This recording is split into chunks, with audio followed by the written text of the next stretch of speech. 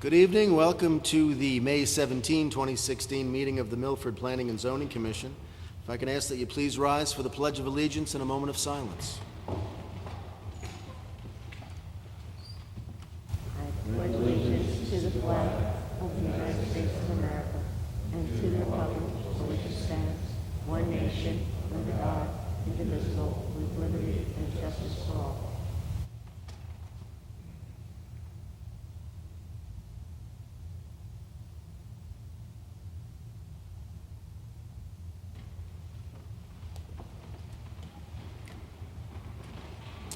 Thank you. May we have roll call from left to right, please? Richard Lutz. Mike Dolan. Edward Mead. Scott Marlowe. Tom Nickel. Tom Panzella. Jim Quish.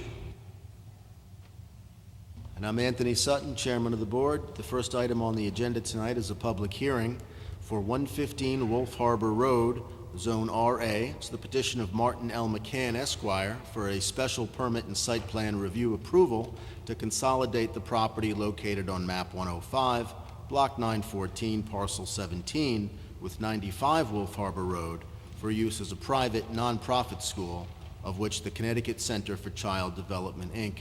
is the owner. Mr. McCann, Attorney McCann.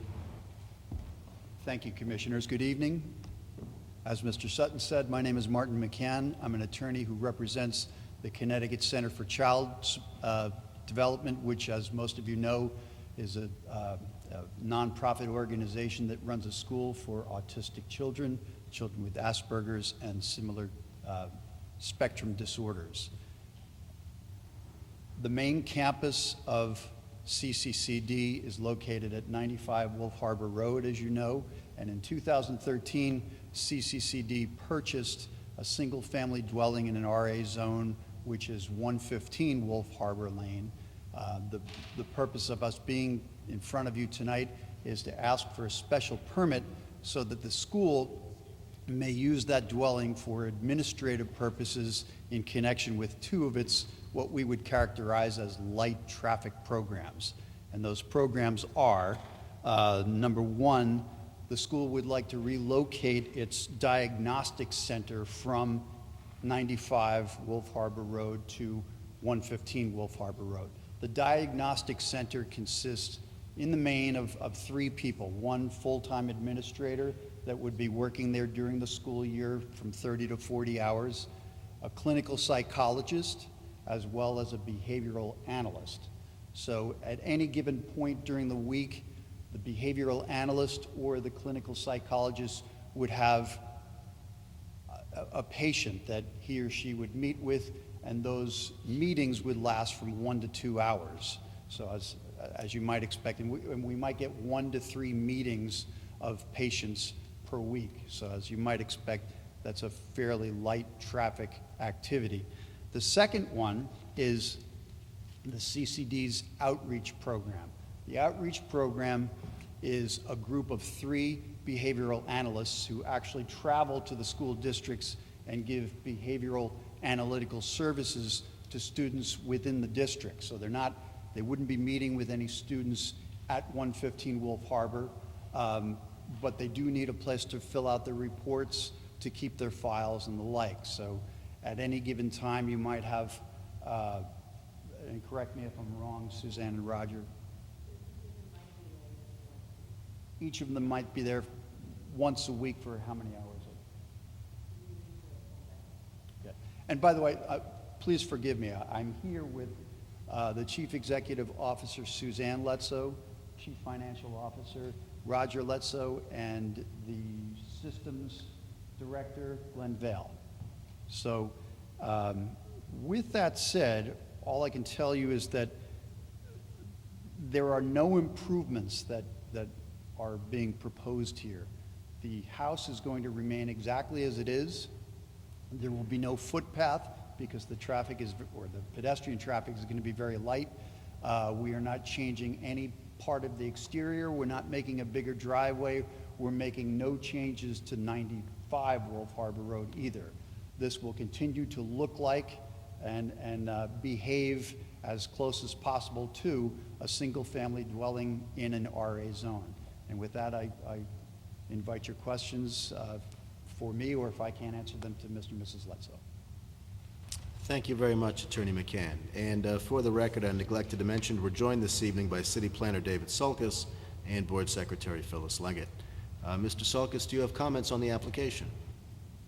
No, other than, the use is allowable by special permit, and based on the written materials and testimony of Mr. McCann, the use will be on the light side.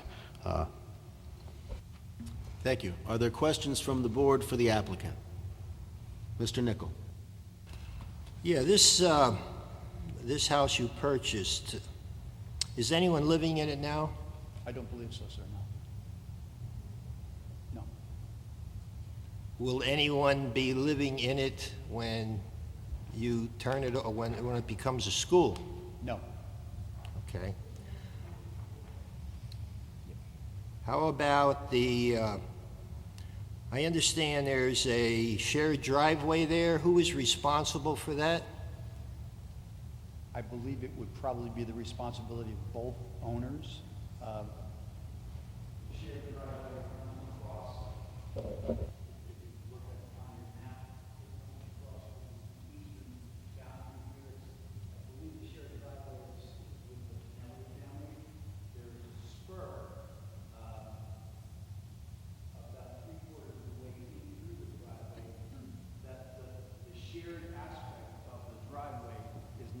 At all by the proposed use.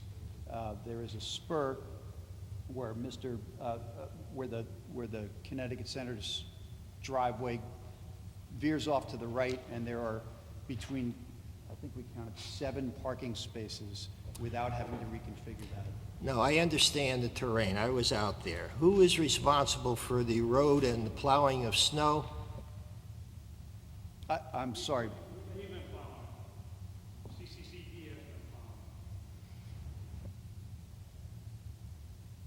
In fact, if there is any kind of a snow storm, does 95 shut down, and would 115 shut down in conjunction with that?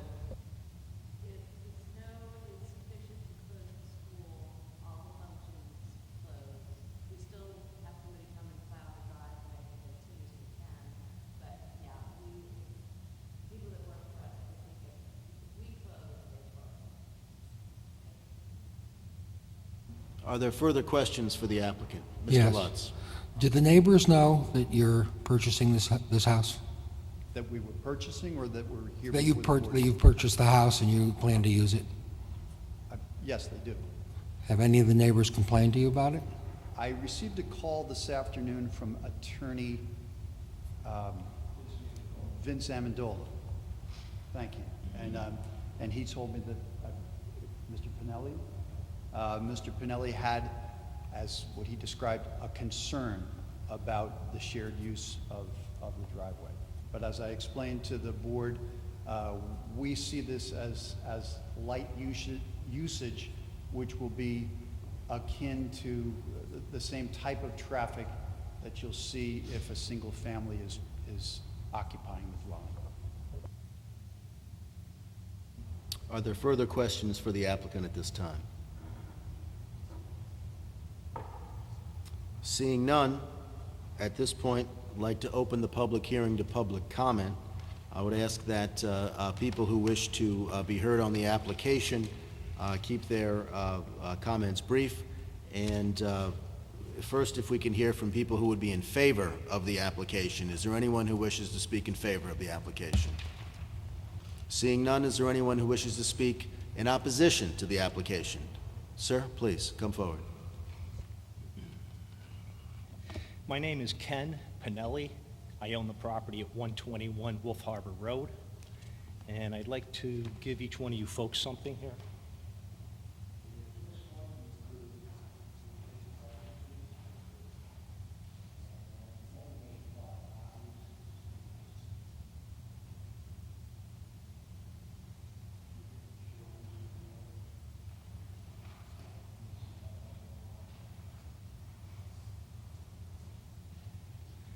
No, this is my copy. Okay. If you could take a look at the photos, please. The very first photo is on Wolf Harbor Road looking into the shared driveway. All right? Now, if you look up here a second, what we have is we have approximately 5 acres of land and 4 residential houses. 115 is the house the school purchased a couple of years ago. That's a residential raised ranch. This is a residential raised ranch. This is a residential raised ranch. And this is a older ranch house. These 3 properties, 1, 2, and 3, share this approximately 600-foot driveway. What you have is a real long driveway. It's beautifully secluded. It's all trees. You could see in the photos. I specifically purchased this property for my son 3 years ago, knowing that someday he is going to have a family. And in no way is this special permit acceptable to me, not in its entirety, okay? Again, if you take a look at the second photo, that is only halfway down the driveway. You can see how nice and wooded it is. If you look at the third photo, you could see 115 on the right, which is the house the school owns, and then 119 on the left, which is another private residence. I could say that I've had kids living in the house. I rent the house presently till my son moves in. He's only 19 years old, okay? When I rent the house and they have children, the kids ride up and down that 600-foot driveway. Now what you want to do is you want to put a commercial building in there. You're going to have different parents every day that have children that are patients. You're going to have people that come in to clean. You're going to have office staff. You're going to have different heads of the departments coming in and going and coming up a residential private driveway. It's a private driveway. This isn't a commercial use driveway. And for the next 20, 30, 40 years, as long as this school exists, I'm going to have unknown traffic all day going up that driveway. I don't have a clue who it is. Before, when a husband and a wife owned it, I knew who went up the driveway all the time. It was the husband and the wife. This is a commercial exposure. You're taking a beautiful three-house development that a builder built in 1992. You put in a beautiful driveway, beautifully wooded, and now this house is going to become an office? That's absolutely ludicrous. I can't believe I'm standing here discussing this. I really can't. You know, if you just take a look at a few sections, first off, I'm going to say I was not notified of this by letter. There is no posting of a place card on that property. I had my son walk the property today. There is no placing of a postcard. I called the tenant in my house. He has not received any letter to Karen Pinelli. I'm not sure any neighbors know about this. None. None that I know of, and I contacted the neighbors. They don't know about it. I notified them.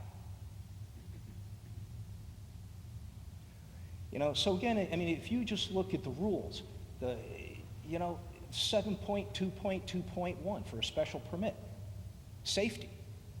Safety is a key issue here. Who didn't have a kid that rode their bike in a driveway? This just happens to be a 600-foot driveway. 600 feet is long. It's big. You know, so again, you see my issues there. I don't need to read sections to you folks. I have contacted a lawyer. The lawyer contacted him today. It was very, very short notice. I only found out about this, I would say, midweek. My father was reading the legals. That's how I know about it. That's really about all I have to say. Thank you for your time. Thank you. Is there anyone else that wishes to be heard in opposition to the application?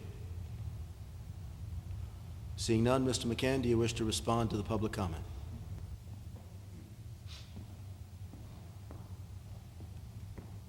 Members of the board, only that we agree that the driveway is beautiful, it's secluded, it's wooded.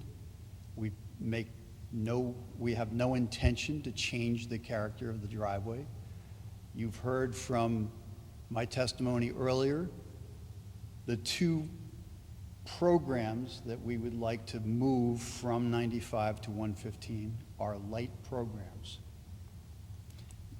We're talking about the same amount of traffic, if you will, that maybe a family of 4 with 2 teenage kids that both drive would have. This is not rush hour traffic down a driveway. I don't see where the safety issue is.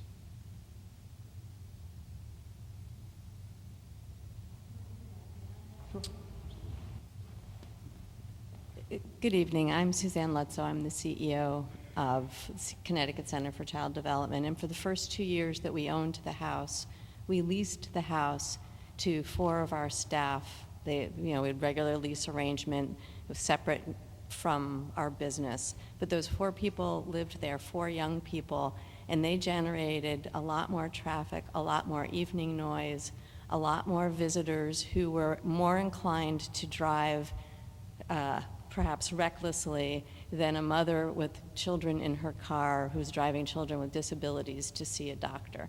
So I just would like to point that out. That was the use that we had previously used it for, and if we're prohibited from using it again for business purposes, it may be something that we would consider again, and I think that that would actually generate more traffic than what we are currently proposing. Thank you. Thank you. Mr. Pinelli, do you wish to be heard in rebuttal?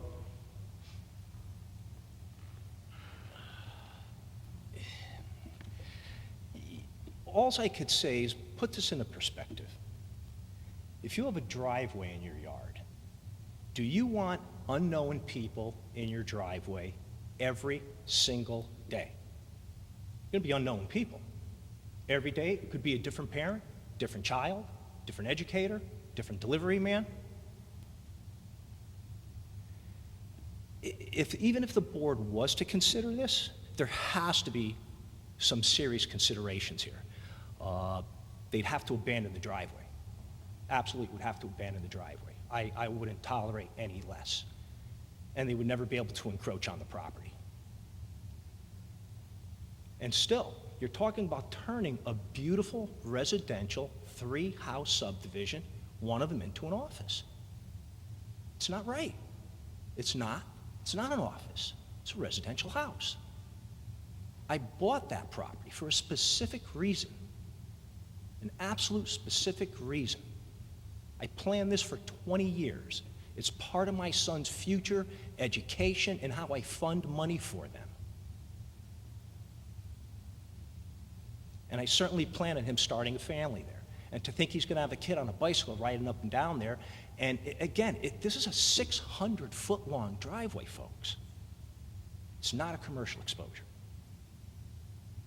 I would entertain possibly with a complete driveway abandonment and a guarantee never to encroach on the property.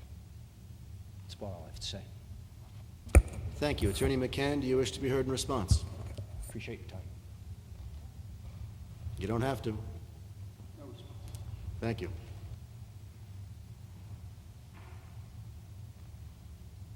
At this point, is there any further questions from the board for the applicant?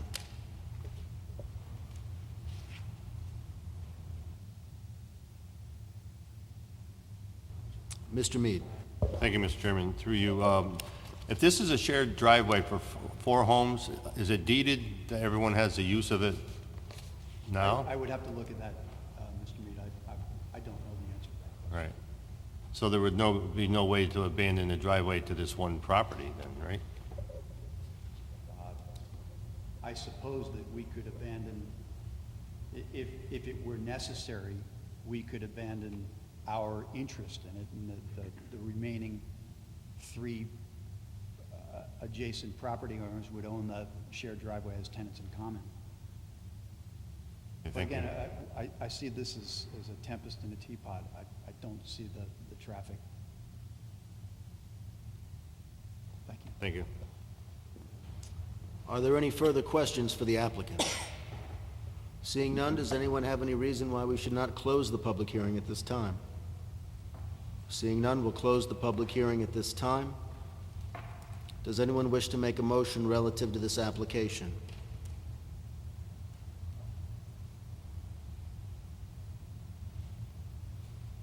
Does anyone wish to make a motion relative to this application? For the purposes of bringing it to the floor, Mr. Dolan? I'll make a motion to approve as presented. I will second. Does anyone wish to be heard on the motion to approve the application as presented? I have a question Mr. Lutz? for staff. Mr. Sulkus, who physically owns the driveway? Who owns the driveway? Hearing that it was built in 1992, typically when a subdivision is done, it can be done a bunch of different ways. But typically, however it's divided up, it's usually deeded to each of the property owners to have a right to use a driveway. Sometimes, if it's developed in a particular way where each of the lots have access to a street, there may be a spur that goes off into the street, but they would all have a deeded right to a central driveway. That way there'd be less interruption to, say, wetlands and other pieces of the property. But judging from the picture that we saw, you know, this is a double deep subdivision, so I suspect that everybody has a deeded single right-of-way, which is that driveway, and that in their deed is probably spelled out the maintenance. Is there further discussion on the motion? Mr. Marlowe? Maybe a question, Mr. Sulkus, to you is, in looking at what we're actually voting on here, is there two issues here? One is what they're going to do with it, and one is you're joining the two pieces of property? Yeah, they're asking for two things. That's correct. Okay. Do we have to reword a motion to, because I'm not sure, I know they're tied together, but we're asking for two things within this. My understanding is that the application is for approval of the use and approval of the joining. Mr. Dolan, was that the motion that you made to approve the application?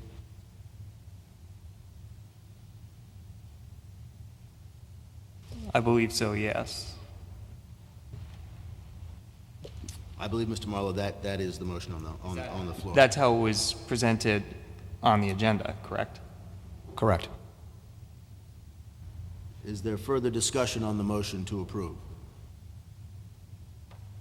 Another question. Yes, Mr. Lutz. Is there any other practical way that a driveway could be brought to this particular property? Well, you know, the properties are abutting. That would be a different application, and then, yeah, that would be a different application.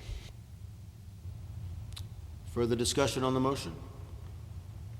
Seeing none, we'll call the motion to a vote. All those in favor of the motion? Aye. All those opposed?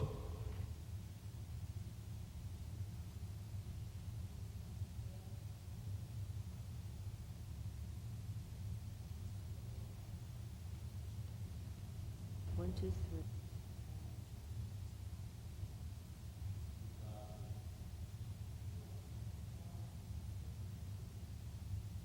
The motion fails.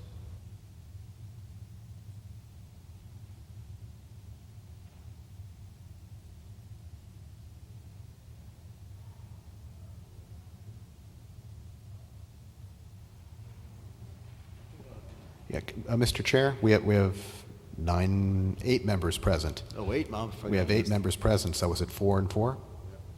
That is right. So 4 to 4, the motion still fails. The motion still fails, that's correct. Okay. Thank you, Mr. Sulkus.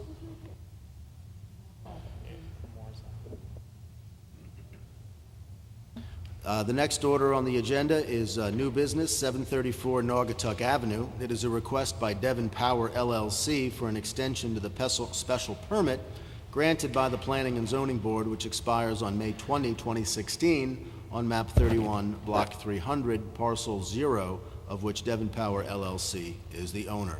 Good evening, sir. That's correct. Thank you, Commissioner, or Chairman, is that correct?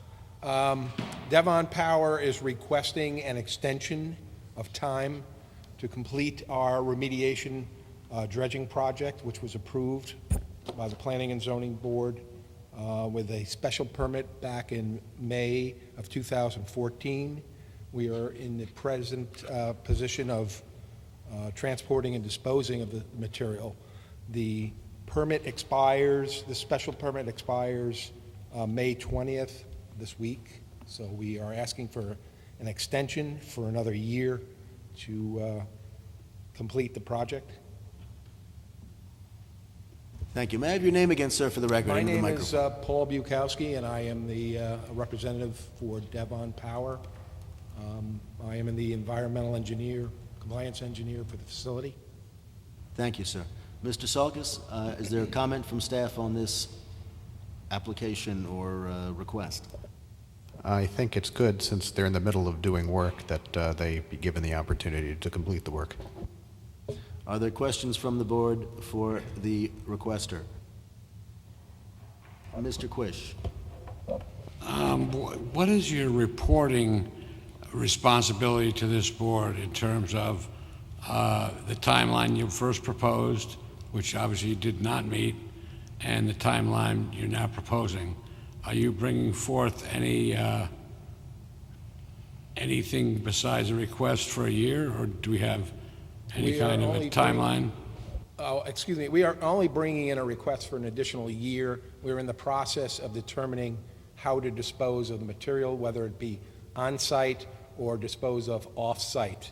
So it's an economic thing as well as a permission by the state of Connecticut as to whether or not we can dispose on-site.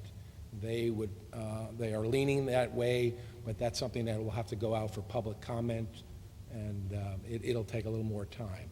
That's why we are requesting this extension at this point. So again, just an aside, that I think it would be good for this board to at least have a narrative that describes the process, so we have the capacity to give it informed consent to what's going on, describing exactly what you're going through, what the materials are on site that you're determining whether they should be or should not be interned on site or moved out or whatever. I just think we should probably have a little more information than we have in front of us tonight. I believe most of the information is in front of you right now. The project was a dredging project of the Housatonic River, and a special permit was requested from the Milford Planning and Zoning due to the 100-year flood boundary, as well as the 25 feet in conjunction with the Housatonic River. At the time we requested this, there were some delays in the project, but as of 2015, the end of 2015, the Housatonic River dredging was completed, and the material is now sitting in a staging area ready for removal. However, there is time constraints here, or not necessarily time constraints, but there is time involved in actually moving this material. It'll take probably in the neighborhood of about a month to actually move it. There's about 66,000 cubic yards of material, which represents about 7,500 tons. So the material is ready for transport and disposal at this point. And this is now stockpiled on the east side of Housatonic River near Naugatuck Avenue. Is that where it's being stockpiled now? There's a map in your request here that shows you the staging area, which is right at the Housatonic River location near a discharge canal. So that is on the southern or the south western part of the property. I'd like to point out to the board that this is all in accordance with the previously approved plan by this board. If at some time during the next year when the applicant, if he's granted an extension, has a change in those plans, any of the changes in the plans that are different from what was approved by this board, they would have to come back to get your approval. Thank you, Mr. Selkis. Is there, or are there any further questions for the presenter? Mr. I have, Lutz. yeah. Since you had 2 years to get this done, and you didn't get it done, and now we're in the last hours, I don't know why you didn't request like 6 months or some shorter period of time, since it's only going to take a month to remove the material. No, it doesn't. It'll take physically a month to move the material, but it takes many months for approvals and such with the state of Connecticut and other activities. So this is not something that happens overnight, is basically what I'm trying to indicate here. Are there further questions for the presenter? Seeing none, does anyone wish to make a motion? Mr. Panzella.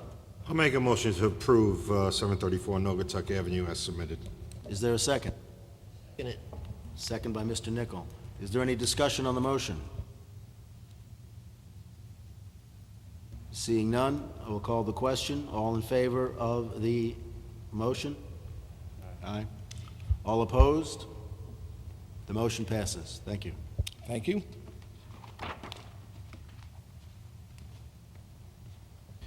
The next item on the agenda is old business, and it is the public hearing that was tabled from April 5, 2016 meeting, extended to close by July 14, 2016, and expires on that same date. These are the proposed zoning regulation text changes relative to the location of medical marijuana dispensaries in the city of Milford. Mr. Grant is not with us to provide us with an update as to the progress of the regulation subcommittee in working on these proposed amendments to our existing regulations. I would suggest at this point that it be tabled to the next meeting, unless there is any objection to doing so. Seeing none, we will table it and move on to the next item on the agenda, which is liaison reports. Are there liaison reports this evening? Mr. Mead. Thank you, Mr. Chairman. I found out last night at the Milford Police Commission meeting that Sergeant Chilla, who was here at one of our meetings for a traffic study on Seaside Avenue, has been promoted to lieutenant, so he will no longer be the traffic officer, and then the new one is going to be Officer Jay Craniac. So now we have a newer person. Thank you, Mr. Mead. Are there any additional liaison reports this evening? Seeing none, we'll move to the next item on the agenda, which is the Regulation Subcommittee. As noted before, Mr. Grant is not with us this evening, and unless he has deputized anyone to give a report, has he? We will pass that for this meeting and catch up with Mr. Grant and that committee at the June 7, 2016 meeting. Next item on the agenda is the approval of minutes for the April 3rd, 2016 meeting, which we do not have in our packets this evening, but will be available to us at the June 7th, 2016 meeting. Next item on the agenda is the chair's report. The one item of business I have is that we have been given by Ms. Leggett materials for the June 7th, 2016 meeting for 23 Caroline Street. And again, that is scheduled for the next meeting, and we will not be receiving any materials on that in our board packets. That concludes the chair's report. The last item on the agenda is the staff report. Mr. Selkis? You should have before you a memo that I wrote today regarding section 10.1, which has to do with making amendments to zoning maps and zoning regulations. If you read the memo, what we're recommending from the staff level is that the board take a look at the verbiage there, because as you know, entities outside of the board have been coming in and asking for regulation changes, and the way that the regulations are written, it doesn't really go into great detail about how someone asks for a regulation change and really if they can ask for a regulation change. As a matter of practice, the board has always entertained petitions for a change, but it never really fleshed out a process.